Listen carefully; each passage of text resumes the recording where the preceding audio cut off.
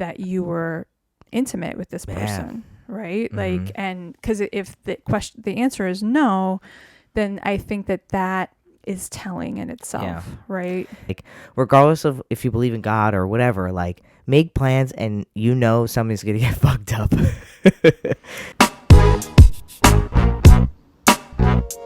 Hello, everyone, and welcome to Glued Together, episode 19. Happy New Year. Happy New Moon.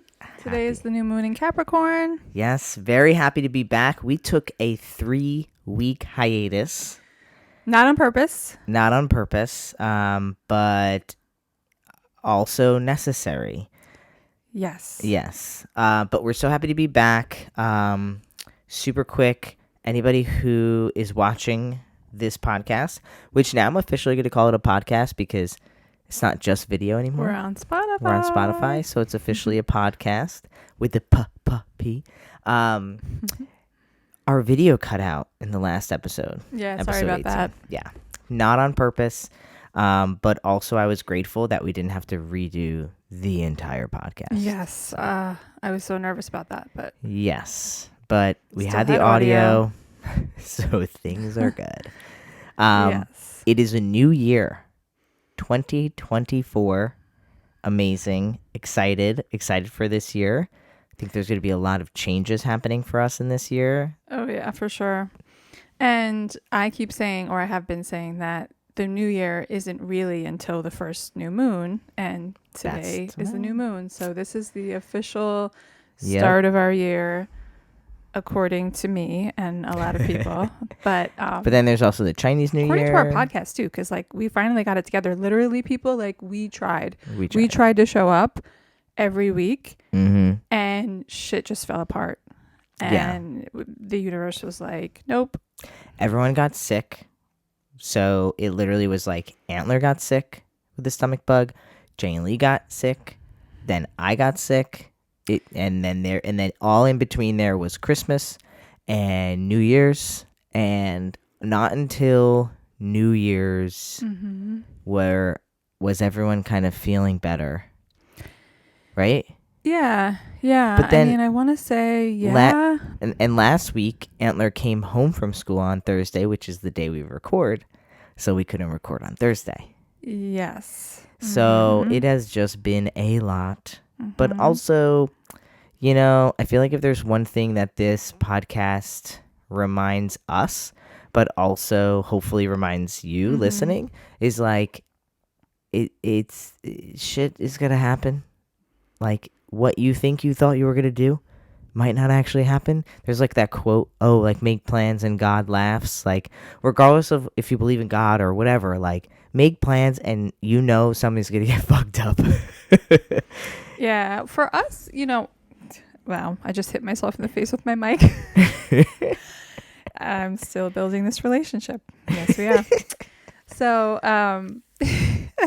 for us, I think I'll speak for myself. I have attached way too much emotion to, if I drop the ball in some way, then it means this and that. Or like, so I am trying to attach to this new idea for me that is consistency doesn't have to be that you do the same thing at the same time every week, no matter what. Like you fall off the horse and you get back on at the next available moment. Right. And I feel like in the past it was like, well, we didn't do it the day we said we were going to do it, so I guess we're not doing it at all. And so I don't know if that makes sense. You used the word commitment when we were driving to get groceries the other day, remember? Like, I just want to be more committed. And I push back on that concept because I'm just like, we are committed to a lot of things. But commitment doesn't always mean that, like, you are good at, like, 100%. Like, commitment doesn't mean 100%.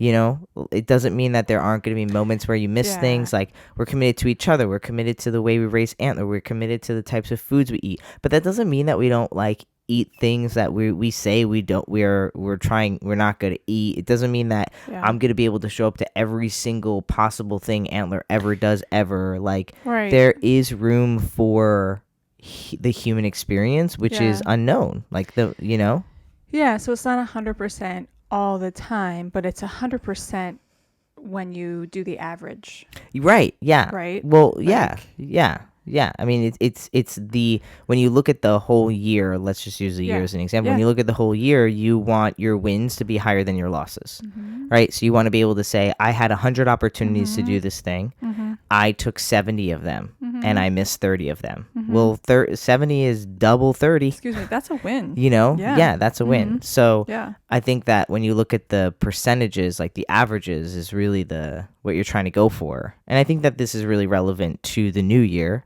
because It's really relevant to the Capricorn New Moon. It really is everything we're talking about, and I'm not going to dive into that, but like it we is. said, you need your Just own little podcast. laughing about that. You need a little inside, 20 like, wow, minute.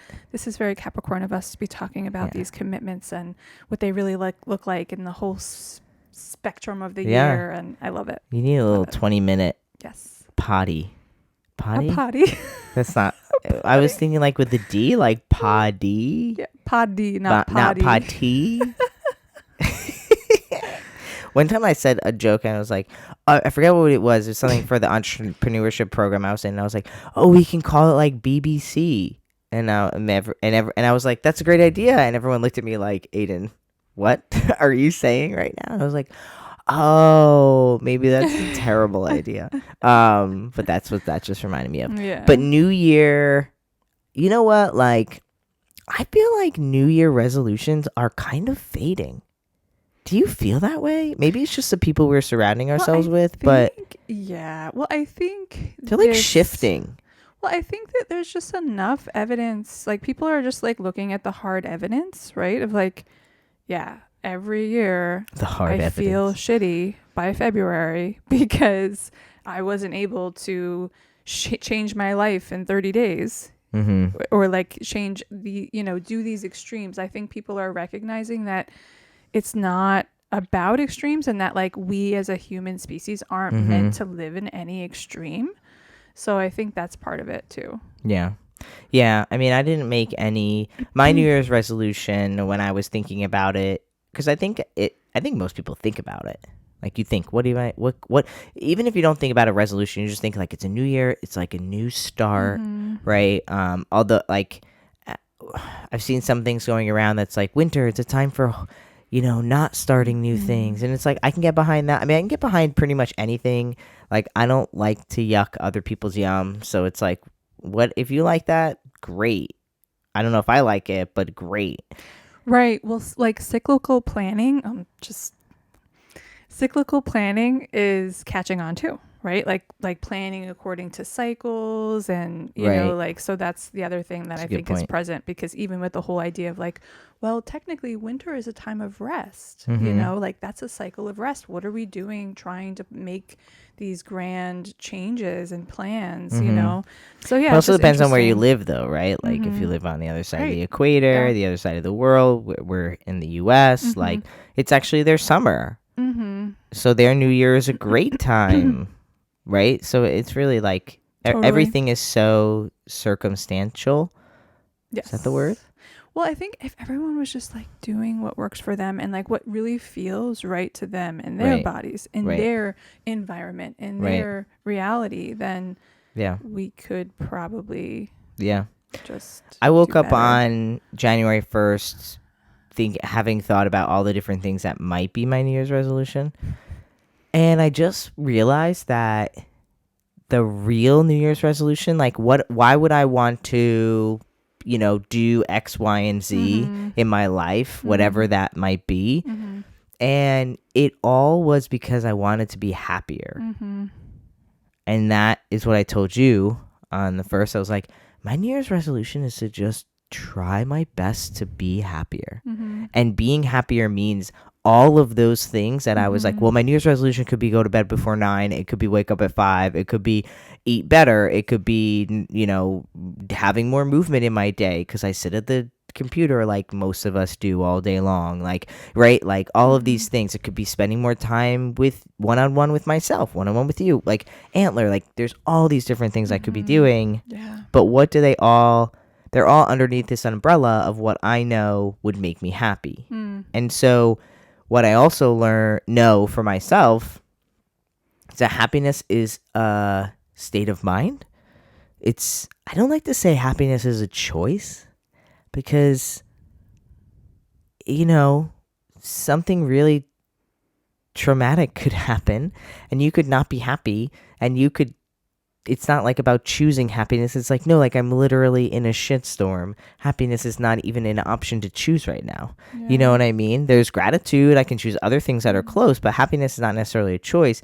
But what I do think is it's like a perspective. It's a lens to look through, trying to put on the happy glasses and being like, okay, what can I think about that will make me happy? What can I do that could lead me closer to happiness? Totally. And I think it also is in line with what we were just saying about finding the average, right? Like, yeah, happiness is not an available choice every single time. Right. It's not. Like you said, if something really traumatic happens, like, of course, you're not going to be able to reach for that choice of seeing the glass half full or seeing the happiness in this moment, but I do think that if you have an intention to choose it more often than you used to, then it'll be available. It's like all of a sudden available more often than it used to be. And then you're just building towards that new default of happiness. And like you said, you look back over the year, this year versus last year or the year before, and you're like, wow, like this year I was able to choose more. Right. It was available to me more because I realized it was available to me more. Because there are moments, I think, when it's available and we don't choose it because it's just in our patterning. It's just what we're used to. It's what we were taught. Right. Yeah. I've heard something that stuck with me. I forget what it was on, one of the millions of things I listen to while I'm working out. I go on different tangents. Today I was listening to like a bunch of stuff about living off the grid, which we'll never do, but I was like, oh, this is interesting. And it was just this concept of feeling like if you are somebody who has a lot of negative self-talk and a lot of negative emotions that you've attached yourself to, that if you like deserting a part of yourself, if you desert the part of yourself that is self-loathing, then you're leaving a part of yourself behind. And just like detaching from all of those things that we have attached ourselves to, and the stories that we tell that continue to bring in that same attachment. Right. So yeah, this is slightly a different tangent, but in general, new year, not a new me, same me, new perspective. Hoping that we were putting away our Christmas stuff, and I was just like, I wonder where we're gonna be. I wonder where we'll be every Christmas 2024 for the last 3 years. We've been in a new place. Right? Yeah. We were in Oregon one Christmas, then we were in New York for another Christmas, then we were in Austin for 2 Christmases, different places, but 2 Christmases. Then we were in Florida for another Christmas, and now we're here. Yeah. So in the last 6 years, we've been in 5 different places for Christmas. So, and next year will be our 7th year, and we'll be in 6 different places, because I do not think we'll be here. I mean, fingers crossed, goal, mission set is to be in our house Yes. by then. Yes. And so, yeah, so excited, but also nervous, I think, for the new year. I will be, do you have any, you didn't actually say anything about your resolutions. Do you have any plans or thoughts? Like, did you even have any thoughts about New Year's resolutions? I don't think in terms of resolutions anymore. It's been quite a few years since I've really thought in that language or that terminology. I'm a person that, I'm a seeker of like, being my best self. All the, I focus on my self-work and so yeah, that's always my intention every year. And because I'm an astrologer, I'm very deep in, when the new year comes, I'm just like reading everything I can and trying to understand like astrologically what this year energetically is going to show us and bring us and present us with, invite us into. And so there's a lot of energetic, Yeah, can you give us a glimpse incredible into So 2024? the biggest thing, I'll say is that Pluto, the planet of transformation and healing, and I'm going to knock all of this down to start new. That planet is going into a brand new sign for the first time in 18 years. Wow. So it's been in the sign of Capricorn and is going officially into the sign of Aquarius, which is a very different sign of Capricorn. Capricorn is, I am the rules. Aquarius is like, I break the rules. And so that's the shift. If everyone wants to know, like the shift of 2024 and the difference is like, okay, look at all these rules we've had for the last 18 years, if not more. And this one's getting broken. And like, there's a shift in what is going to work for us collectively and what is going to work for us personally and in our inner circles and families. So I wonder just sorry. owning that, like however that shows up for you, because we all have Aquarius in different areas of our charts. And so what does it look like for you? Like, where are you going to be the rebel in your life? Where are you going to go against the grain? Where are you going to show, like, let your freak flag fly. Freak flag fly. Say that 9 times. Freak flag fly. That's really what this year is about. Like, where are you coming out of the closet? Like, where are you going to say, like, actually, I'm going to do this, even though I've never done this. Yeah. That's exciting and nerve-wracking for an election year. Because a part of me is like, yeah, we're going to do things differently, but then that's also the other side of the coin of politics, is like the people that you don't agree with could also do the same thing and be like, I'm not going to listen to rules and we're going to do it this way. And it's like, it sounds great when you're on one side and you're looking back at your people, but it feels frightening when you're looking forward, like at people on the other side. Yeah, well, Aquarius is also friends and like-minded groups and finding your chosen family. And so, like, leaning into that in moments of, like, fear and, like, oh, man, what's going to happen? Right. You know? Yeah. Well, time will tell. Lots of big things happening in 2024.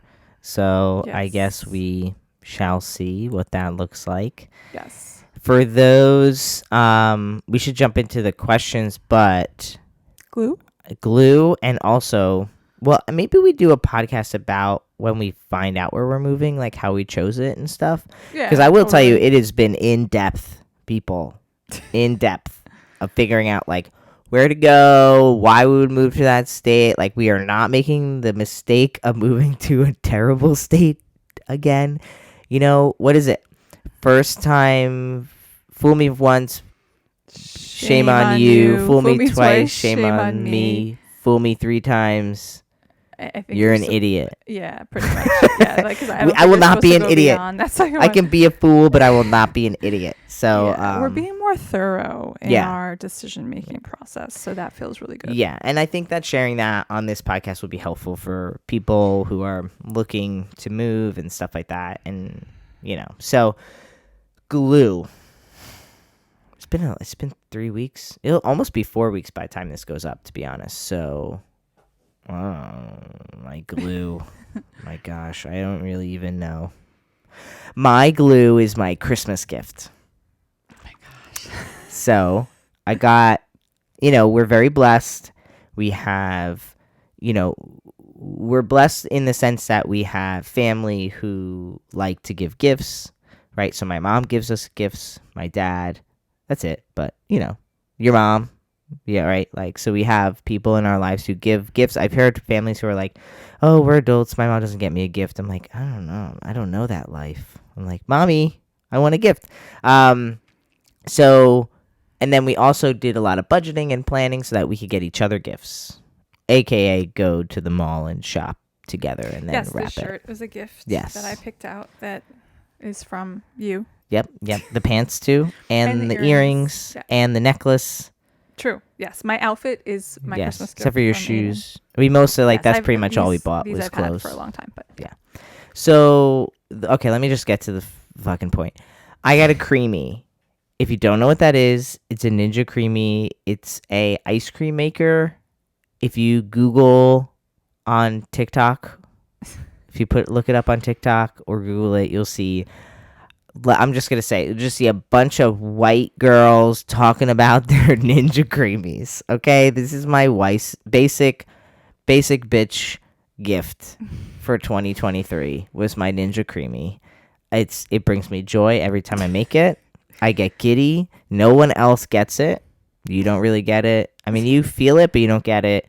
My mom doesn't get it. I haven't felt it or gotten it yet because I've requested gelato and it hasn't happened. I told her how to get gelato. I need heavy cream. That's why I haven't felt heavy cream. That's what I need. You come home with heavy cream, gelato in 24 hours from that moment. Okay? But it's an ice cream maker, and I love it, and it brings me joy, and it's exciting, and I mean, maybe that's not like the most in like glue type of thing. Maybe I should be saying something more meaningful. But you know, I love ice cream. It's exciting. It's exciting. That's my glue. You're always going to come up with something really like meaningful, aren't you? And I'm just like, ice cream. You're going to be like, my glue was da da da. My glue is the fact that I have been with this gorgeous man. I knew for it. See, 14 years as of yesterday. I gotta think better about my glue. I can't keep fucking up my glue. So we've been literally what I just said would happen happened. So we said yes to each other 14 years ago yesterday, and then this coming Sunday, the 14th, we got married. We said I do. Years. First we said, sure, yeah, we could do this. Then we said, together, yeah. I do. And then we said, I do. And so we tried to do our wedding anniversary really close to our actual anniversary because it was like both feel important. Maybe we'll just end up celebrating one, but every year we end up celebrating both. Yeah, always. It's more fun that way. So we got a gift certificate to a pasta restaurant that we're going to on Sunday. Mm-hmm. And Pasta. I need to look into it, but I'm telling myself that it's homemade pasta. I have no idea. This could be a chain. This could be the fanciest restaurant we'll go to in all of 2024. I have zero idea. Homemade pasta makes me excited. So I'm just telling myself that it's going to be homemade. I want the pasta that they put in the big cheese thing. See, mine goes back to food too. That's true. We're two cancers, so of course it goes back to food. So yeah, that's my clue. Just that, yeah, like we're still happy. We're kicking. We're still getting it on. We're still, it's been a lot, and it's been worth it. And so that's my glue this week. All right, I like it. Yeah. We're about 9 years away from me being longer with you than by myself. That's cool. Yeah. Right? Yeah, I didn't think of it's that. Exciting. Yeah. Mm-hmm. Yep. All right. There it is. Yeah. Ice cream and pasta. Gelato and pasta, which is like the most Italian thing 14 ever. 14 years of ice cream and pasta. Right. All right, let's hit it. Okay. All right. Question number 1. Thank you for the questions, by the way. We did get some new ones as of 2024, and please keep them coming, right? So question number 1, my partner and I Oh, wait, can I interrupt you? Yeah. If you're listening on Spotify, at the end of this episode, you can access a question right there. Right there. You don't have to get a form, none of that crap. Right on Spotify. Just go onto Spotify, answer a question. Even if like I prompt with a question, but even if you don't want to answer that, just write whatever the hell you want. I don't care. Just write what you want. Sorry. Okay. Keep going. Question number 1. My bad. Okay. My partner and I are on the same page about having a child, and we feel very good about it. Great. He, though, has some grander expectations than I as far as how much money we should be earning first, where we should be living for the ideal school district, and a few other practical things on the list. I, on the other hand, agree with mostly all of the things he's concerned about, but I feel we can't just keep waiting until we achieve all of those things. I think it's all right to work towards growing financially and moving to a bigger house while in the process of trying for a baby, even if the baby happens, we have 4 to 5 years until they're going to be in school. Mm-hmm. So we don't necessarily need to sell this house and be in our dream home before we start trying. I guess the question is, did you guys have these struggles? Since you had to deliberately decide to have a child as well, I know you two are in now saving for a house. Mm-hmm. It is going to be at least a year or two process for us to conceive. So I want to get started while working towards our goals. I think if we wait until we have this, wait until we have that, there will never be an end in sight because it will never be the perfect conditions to bring a child into the world. Yeah, I relate to this. Mm-hmm. I think that's why we waited for a while. I think that's why a lot of people wait. I mean, I feel like when we grew up, most of our parents were in their 20s, whether that's early, mid, or later 20s. I think having a kid in your 20s when we grew up was more of the thing that you did, right? Mm-hmm. And like people would be like, oh, I'm going to have a kid when I'm 28. And people are like, wow, that's so late. Mm-hmm. But now I think all of our friends, I only know one couple that has a kid in their 20s. I don't know if Mary had a kid in her 20s. Mm-hmm. Did she? Yeah. Okay, so 2 people. But most people I know have kids in their 30s. Just that's it. Like kids in your 20s feels like not something people do, and I think that's because Far a lot in of between. yeah, I think a lot of people are like trying to do exactly what this question like leads up to, which is trying to make sure that they're in a good enough space financially. Yeah. And that isn't, I don't want to say that that's not important. It is, because having a kid costs money. You know, you used to buy groceries for you and one other person. Now you got to buy it for 3 people. You used to go out to get pizza. Well, now you got to feed 3 people. You know, you used to get ice cream. Well, now you need 3 ice creams. So it does cost more. They don't eat as much until they get older. Like, you know, Andler doesn't eat a full meal, but it's still an extra $10, $15 anytime you do something. You go to the movies, it's an extra $12. Like everything you do costs more money. So I do think that use more electric in your house. Sometimes you need a bigger house, so or apartment or whatever. So it's not silly to think that you should wait until you are somewhat in a financial space. But what I've learned in our life together is that the more money you make, the more money you feel like you need. Because the more money you make, the more money you spend. And then you feel like you need more money. And that's just kind of the cycle. I don't know if it's capitalism. I don't know if it's just something we've all been taught that's really shouldn't be. But that's how it is. You know, you go from making $50,000 a year and you live in an apartment that's $1,000. Then you make, you know, $75,000 a year. You move up to an apartment that's $1,500, $2,000.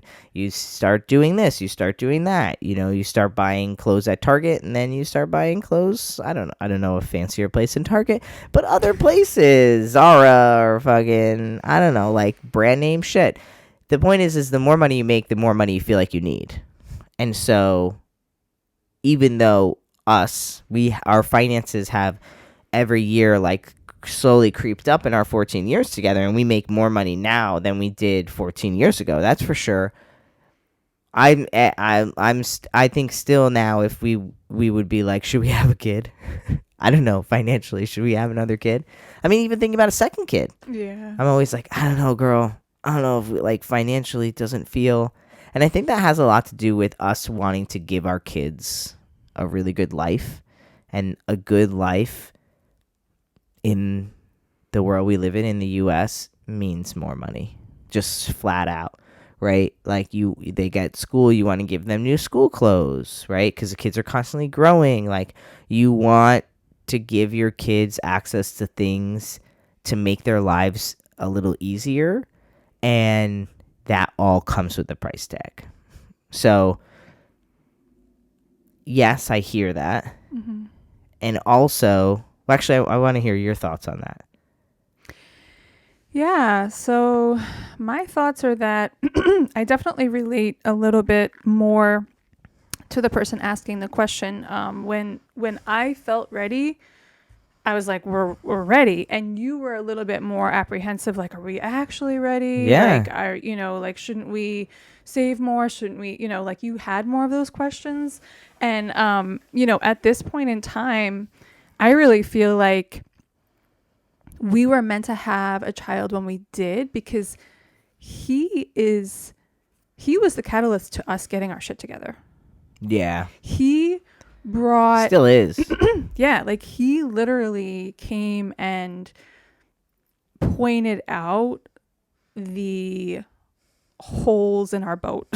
Yeah. Like, and like he is the motivation to build more structure, make more money, like, have a solid foundation. Like he, and so we didn't really have those things before he came. Like we have now, we now have someone else to live for. Yeah, to care for. I mean, and care for. Yeah, like he would literally die without us. Like we want to be able to give him what he wants, but at the end of the day, every child is so different. You don't even know what they're going to want, what they're going to need, like what kind of needs your child is going to have. And then you bring in the, the things you can't really plan for. Like, Antler was only 2 years old when 2020 came and the world shut down, and we couldn't have anticipated that. Like we were planning on, things continuing to go the Sending same him way to school financially, and you making the same money, right, and me being able to keep my practice and whatever. And so it's like there are always going to be things that you can't plan for when it comes to like finances and those things. And so you can create emergency funds and back up this and back up that. Absolutely.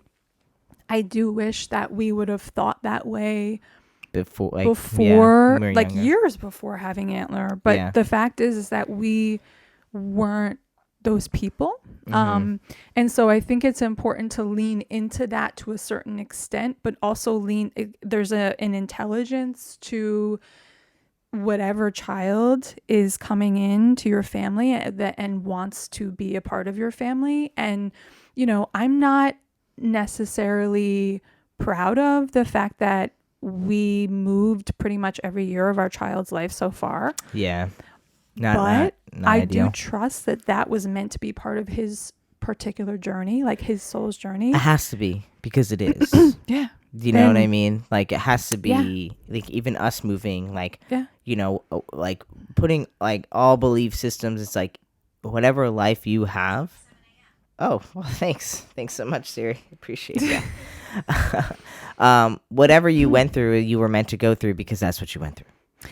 Period. Yes, right? And we have to trust that about our children as well, about their unique journeys, and that they're coming to us for a reason. Like they're coming to our family. They want to be a part of our family. And so, that's a perspective that I hold that helps me relax my anxiety a little bit around, are we doing it right? Or like, were we ready? You know? Right. And the other thing is, like, a part of me wishes we did it when we were younger, because I'm tired. Yes.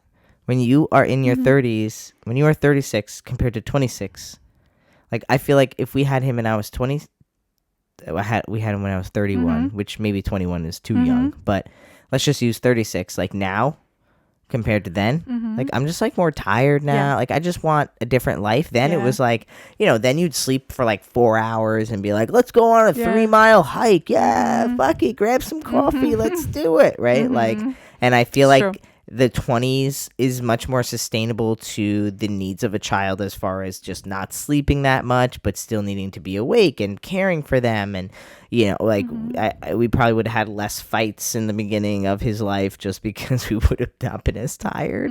So there's pros and cons to both sides, but overall, as Jenny Lee was saying, she was really ready, but I think that was because your body was telling you. I was not ready, but I knew that I wanted to have a family, and I knew that I didn't want to have a kid, so I needed to let Jenny Lee drive that car of when it was going to happen, and just needed to get on board and just be like, okay, like whether I'm ready or not, it's happening, and support you in that, and then, you know, us as a family. And like, I think my official answer to this question is like, it's never gonna be perfect. So if you're ready, you should just do it. Like, Yes. if you're like, you're not gonna have the perfect, because you're gonna move into the house you think is perfect, and then you're gonna find things that you're like, oh, I wish we had this, right? Like, you're never gonna move into your perfect house unless it's some $11 million house that has every single thing you could ever possibly want in your whole life. Like, there's just that perfect house, that perfect income, that perfect whatever is not actually real.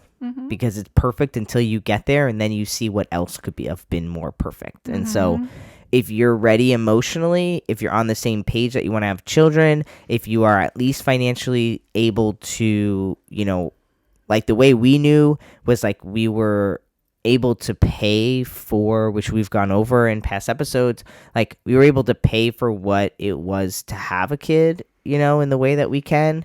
So those were signs to me that was like, whether I'm ready or I think things are perfect, this can happen.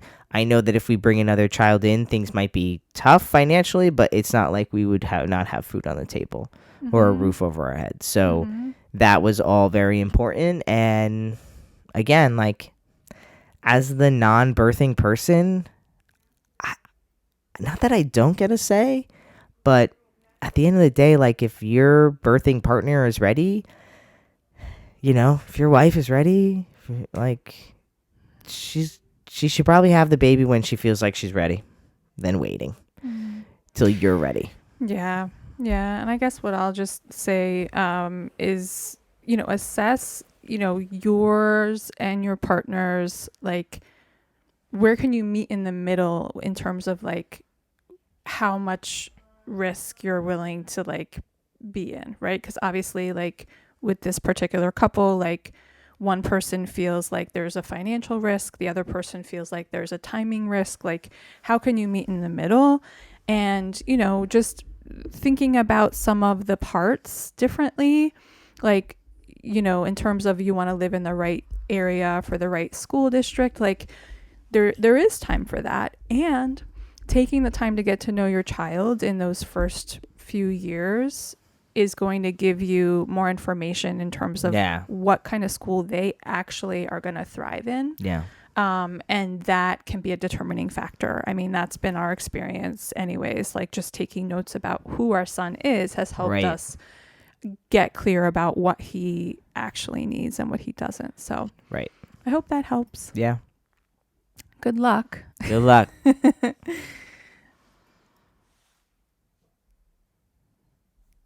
All right, question number 2. This is a question for Jenny Lee. Hey, as I am also the partner that has a higher libido in my relationship. Hey, yo. I have a libido, people. Oh, yeah. I'm just saying. My partner and I have been married for over 2 years now and together for 6. We have gotten to a place in our relationship where we have gone almost 2 years without being physically intimate. Wow. That's a long time. We've also stopped connecting on most physical levels, such as cuddling, holding hands, etc. I do self-pleasure, but it's not enough for me, and I have a lot of resentment that my needs aren't being met also. I have come to terms with the fact that we will never have sex as much as I would like.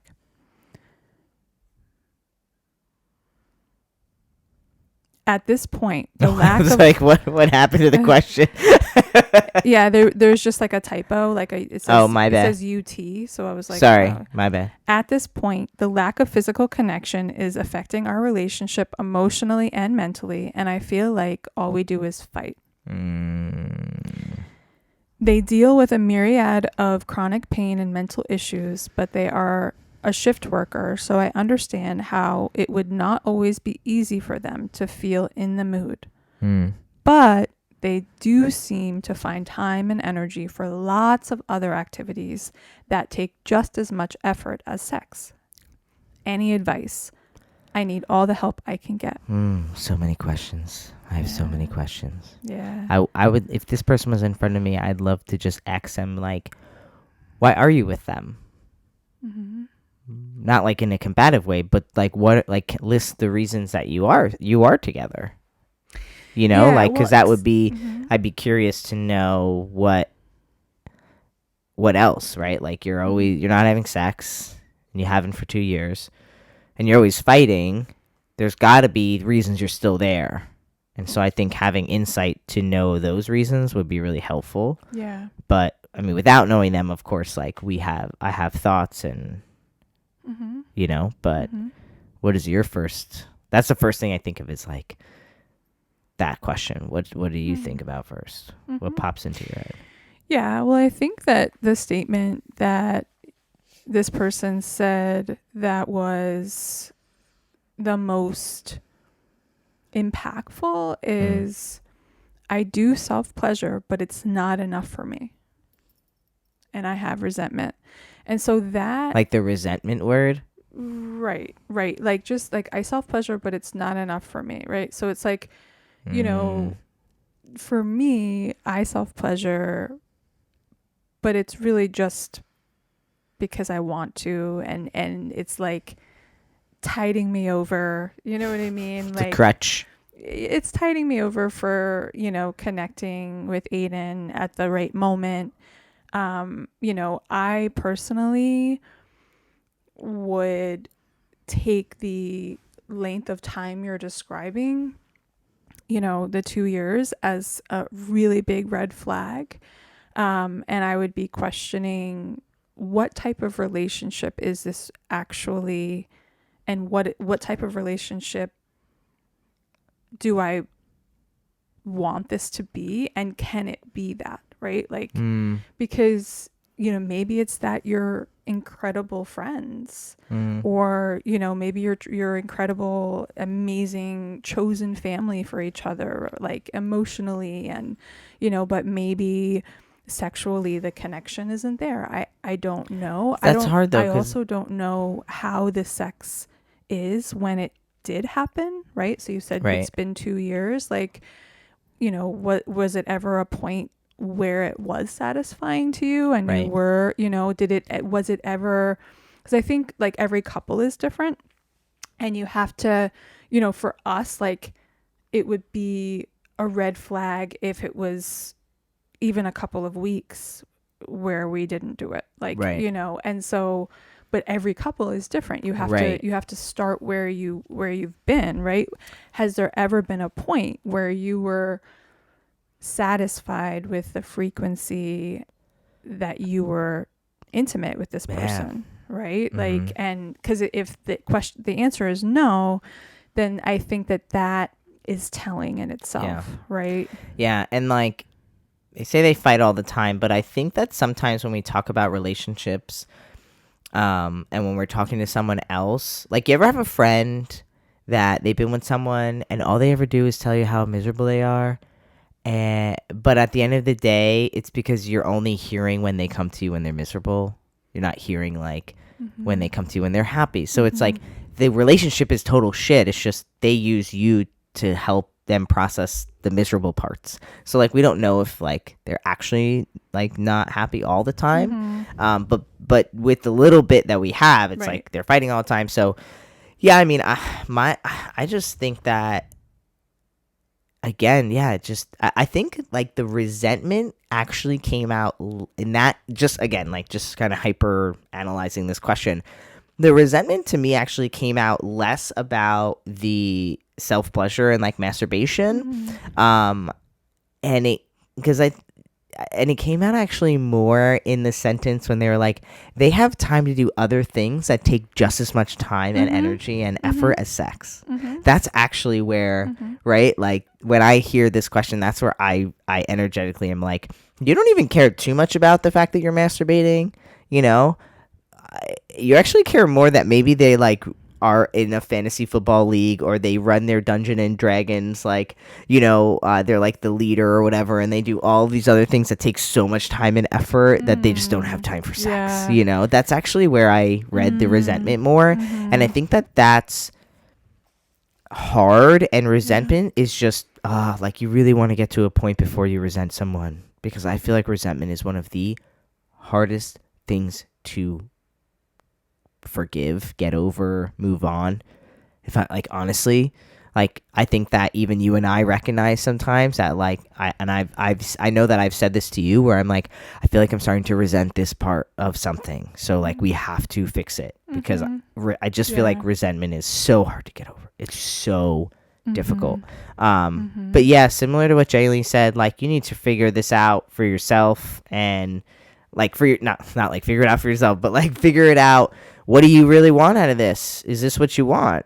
And then take action, and understanding that there might be other ties. Maybe financially you're tied to this person. Maybe there's other things, but or you don't want to, like, maybe they're financially tied to you and you feel a lot of responsibility.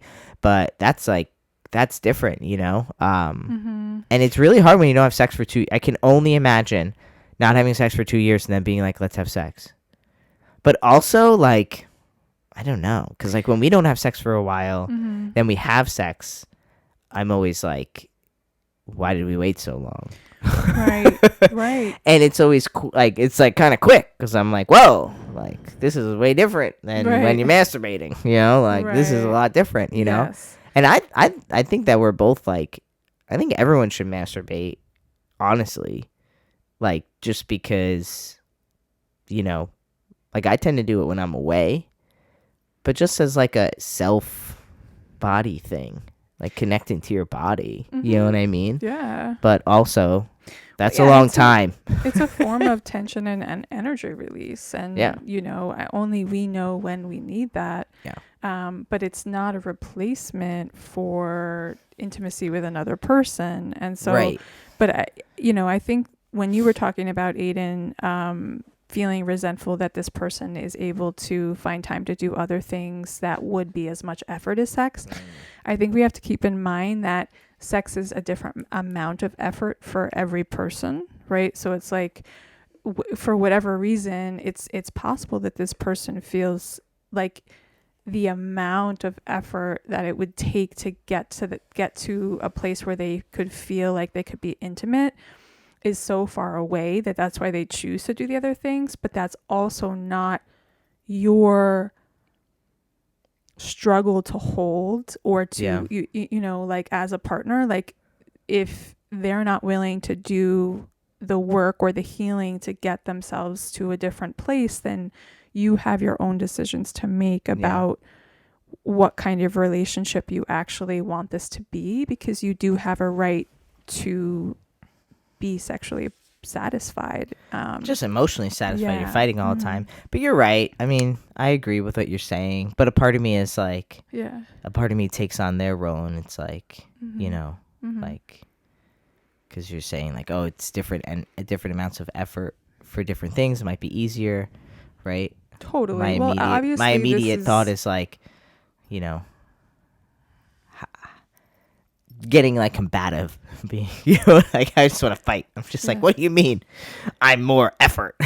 You know what I mean? No, but again, like, that's like the well, there has to be a reason this person is avoiding sexual intimacy out of everything there's else. Something avoided. That's a good word to bring into this conversation. You can't take that on. They have to be willing to take that on. You could ask them, right? Yeah, you could ask them and be like, it feels like you're avoiding this. Yeah, and it sounds like maybe you have asked them. Yeah, but it doesn't mean you're getting an answer. It doesn't mean, so I think, I know what I would do. Coming back into yourself, like, what do I really need, especially with this, like, official new year with the new moon? Like, what are you going to commit to? Like, how are you going to commit differently to getting sexually satisfied? And what needs to change? What do you need to communicate to your partner that's going to support that? Because everybody's worthy of that. Yeah. Sometimes I just want to be like, just say real shit, Yeah, say real shit. I just you gotta fucking cut that shit. That's what I would say. 2 years.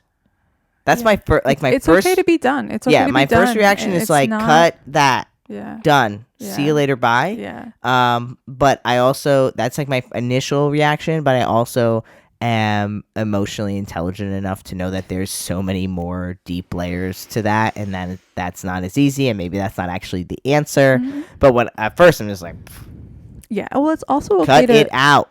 It's also okay to know that you're done, like, but also not know what the next step is in order Right. to like make that official or to And- actually take action on that. But like, I think it is okay to like say like, you know what, like I've been done, and this is the first time I'm like saying it out loud, and I'm really curious about What what does that the even next mean? step Yeah. is, and what does it really Yeah. mean. Yeah. So I'm just, sending you support and grace in that process of figuring that out, because it doesn't sound easy. Yeah. Yeah. Well, those were 2 pretty deep questions. Yeah. That was great. I Yeah. mean, I know we didn't get through a lot today, but those were some nice topics. I love them. Yes. And yeah, like I think that what we try to do on this podcast individually and together is balance what we actually know from the questions to what we know based on our experience with both our relationship and other relationships, because I know we talk a lot about relationships as far as like intimate relationships, right? Like partnered relationships, but we have a lot of experience, I mean, and have done a lot of work in other relationships that are not, in family relationships and friend relationships and, Yeah. hater relationships, people who hate you, and like navigating that space. So I think what we try to do is be like, what information do we have? What have we learned? Give you some advice and some questions to think about. And also at different times, like, this is just what I would do, right? Yeah. And like, so that's what we hope everyone's getting from this podcast, is a little bit of all of those things. And at the end of the day, we don't fucking know what you should do. We don't know you, Yeah.